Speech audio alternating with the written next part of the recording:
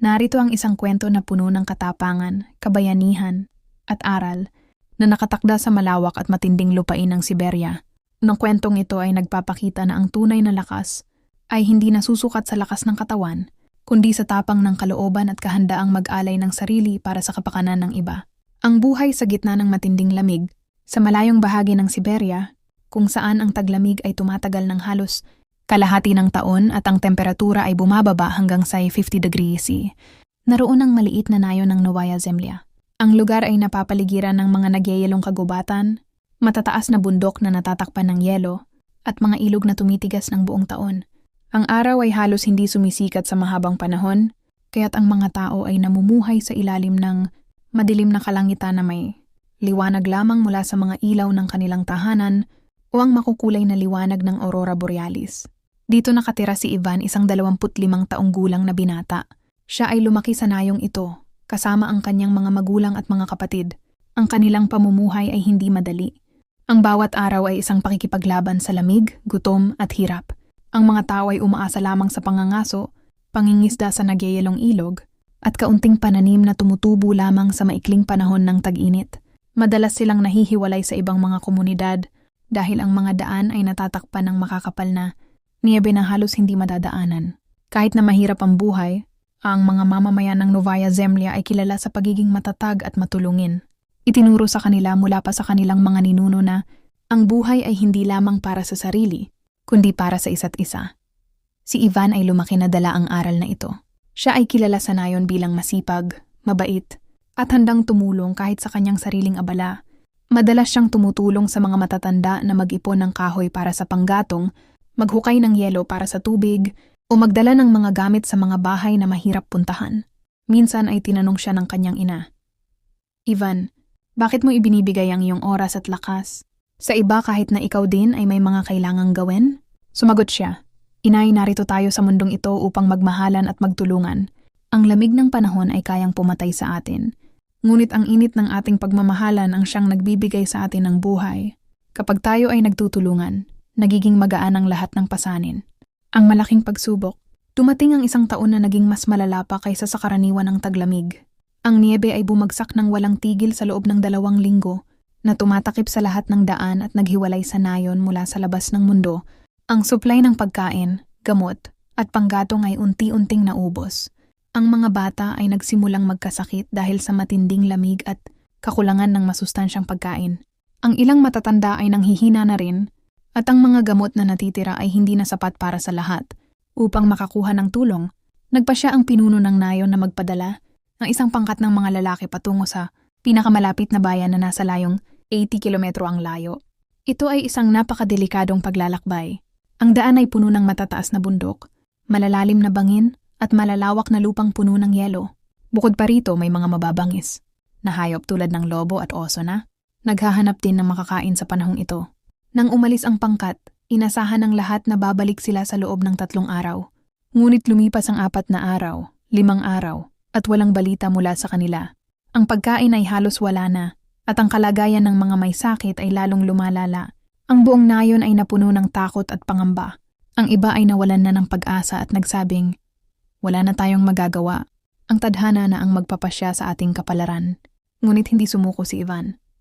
Alam niyang kung walang gagawa, mamamatay ang marami sa kanila. Lumapit siya sa pinuno at nagsalita, "Kapitan, hayaan ninyong ako na ang tumahak sa daan upang humingi ng tulong. Hindi ako magpapahinga hanggat hindi ko natatapos ang aking layunin." Tiningnan siya ng pinuno na may pag-aalala. "Ivan, napakadelikado nito. Ang mga kasama nating nagpunta ay hindi pa bumabalik. Paano kung ikaw din ay mapahamak? Bata ka pa at marami ka pang pangarap sa buhay." Sumagot si Ivan ng may katatagan, "Kapitan, ang katapangan ay hindi ang kawalan ng takot. Ang katapangan ay ang paggawa ng tama kahit na tayo ay natatakot. Ang aking pangarap ay walang halaga kung ang aking mga kababayan ay magdurusa at mamamatay habang ako ay nakatitig lamang. Kung kailangan kong ialay ang aking buhay para sa kanila, gagawin ko ito ng buong puso." Ang paglalakbay na puno ng panganib, naghanda si Ivan ng kanyang mga kagamitan, sapat na damit na makakapagpainit sa kanya, kaunting pagkain at tubig, isang mahabang tungkod na kanyang gagamitin sa paglalakad at pagprotekta sa sarili, at isang ilaw na tumatakbo sa baterya. Bago siya umalis, niyakap niya ang kanyang mga magulang at kapatid. Ang kanyang ina ay umiiyak habang nagsasabi, "Anak, mag-ingat ka. Ang Diyos ay sasama sa iyo." Sa simula ng kanyang paglalakbay, ang daan ay mahirap na. Ang niebe ay hanggang tuhod ang lalim, kaya't kailangan niyang maglakad ng dahan-dahan at magtiis ng matinding pagod. Ang hangin ay malakas na parang tinutusok ang kanyang balat, at ang lamig ay tumatagos hanggang sa kanyang mga buto. Minsan ay pakiramdam niya ay maninigas na ang kanyang mga paa at kamay, ngunit ipinapaalala niya sa kanyang sarili ang kalagayan ng kanyang mga kababayan, lalo na ang mga may sakit na bata. Ang pag-iisip na sila ay naghihintay sa kanyang tulong ang nagbibigay sa kanya ng lakas upang magpatuloy. Sa ikalawang araw ng kanyang paglalakbay, hinarap niya ang kanyang pinakamabigat na pagsubok. Isang malakas na bagyo ng niebe ang biglang dumating. Ang hangin ay umihip ng napakalakas at ang niebe ay bumabagsak ng makapal na hindi na niya makita ang kanyang dinadaanan. Nawala siya sa tamang landas at napadpad sa isang lugar na puno ng malalalim na hukay na natatakpan lamang ng manipis na niyebe. Kung siya ay mahuhulog doon, tiyak na hindi na siya makakaahon pa. Nanghina na ang kanyang katawan. Ang kanyang mga paa ay parang hindi na makagalaw at ang kanyang isip ay nagsasabing, "Sumuko ka na. Hindi mo na ito kakayanin. Mas mabuti pang magpahinga ka na lamang dito." Ngunit sa sandaling iyon, naalala niya ang mga salitang itinuro sa kanya ng kanyang ama. Ang kabayanihan ay hindi ginagawa sa magagandang panahon. Ito ay ipinapakita kapag ang lahat ay tila nawasak na. Ang taong may layunin ay hindi kailanman titigil dahil ang kanyang puso ay puno ng pagmamahal at pananampalataya. Kumuha siya ng malalim na hininga, pinunasan ng niyebe na tumatakip sa kanyang mukha at nagsalita sa kanyang sarili. "Hindi ako titigil. Hindi ako bibitaw. May mga taong umaasa sa akin. Ang bawat hakbang ko ay buhay na maililigtas ko." Sa gitna ng bagyo, narinig niya ang mahinang daing. Sinundan niya ang tunog at natagpuan ang tatlong lalaki, ang mga kasamang naunang naglakbay na natabunan ng niyebe at halos hindi na makagalaw dahil sa matinding lamig.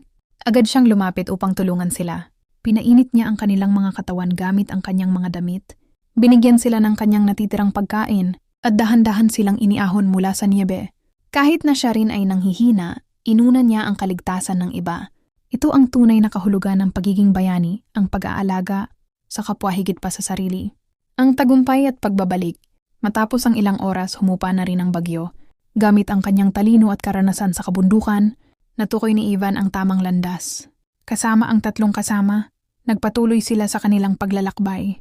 Pagkalipas ng 2 araw, narating nila ang bayan at agad na humingi ng tulong. Agad na naghanda ang mga awtoridad ng mga sasakyan, suplay ng pagkain, gamot at panggatong, at agad silang bumalik sa nayon. Nang makita ng mga mamamayan ng Novaya Zemlya ang mga dumarating na tulong, hindi nila napigilan ang kanilang luha ng tuwa at pasasalamat. Ang mga may sakit ay agad na ginamot, at ang lahat ay nakakain na ng sapat at nakapagpainit na ng maayos.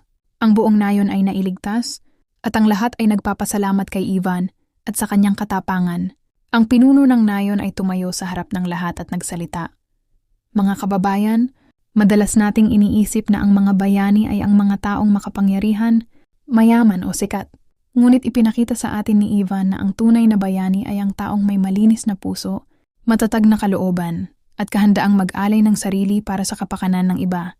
Ang kanyang ginawa ay hindi lamang nagligtas sa ating mga buhay, kundi nagbigay din sa atin ng bagong pag-asa at paniniwala na walang pagsubok na hindi natin kayang lagpasan basta't tayo ay nagkakaisa at nagmamahalan." Mula noon, si Ivan ay naging huwaran hindi lamang sa kanilang nayon kundi pati na rin sa ibang mga komunidad sa buong Siberia. Ang kanyang kwento ay ikinuwento sa bawat tahanan at ginagamit itong aral para sa mga kabataan. Anong mga aral at pag-udyok sa pagkilos?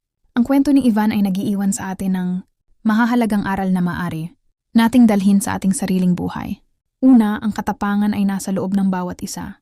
Hindi ito nakikita sa lakas ng katawan o sa dami ng alam mo. Ito may ang kakayahang tumayo at kumilos kahit na ang sitwasyon ay mahirap at nakakatakot. Kapag ikaw ay natatakot, huwag mong hayaang pigilan ka nito.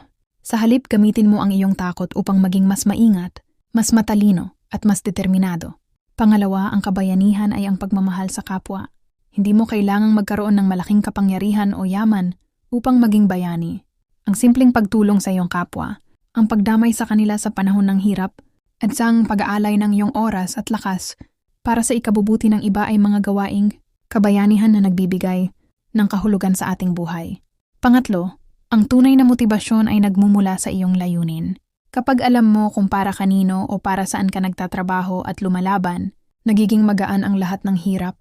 Ang iyong layunin ang magsisilbing liwanag na gagabay sa iyo sa gitna ng pinakamadilim at pinakamahirap na panahon. Tulad ni Ivan, ang pagmamahal sa kanyang pamilya at komunidad ang nagbigay sa kanya ng lakas upang harapin ang lahat ng panganib, panghuli walang pagsubok na walang katapusan. Tulad ng matinding taglamig sa Siberia na nagtatapos din at nagbibigay daan. Sa magandang tag-init, ang lahat ng hirap at problema sa ating buhay ay lilipas din. Ang mahalaga ay huwag tayong susuko at patuloy. Tayong lumalaban hanggang sa makamit natin ang ating mga pangarap at makamit ang tagumpay.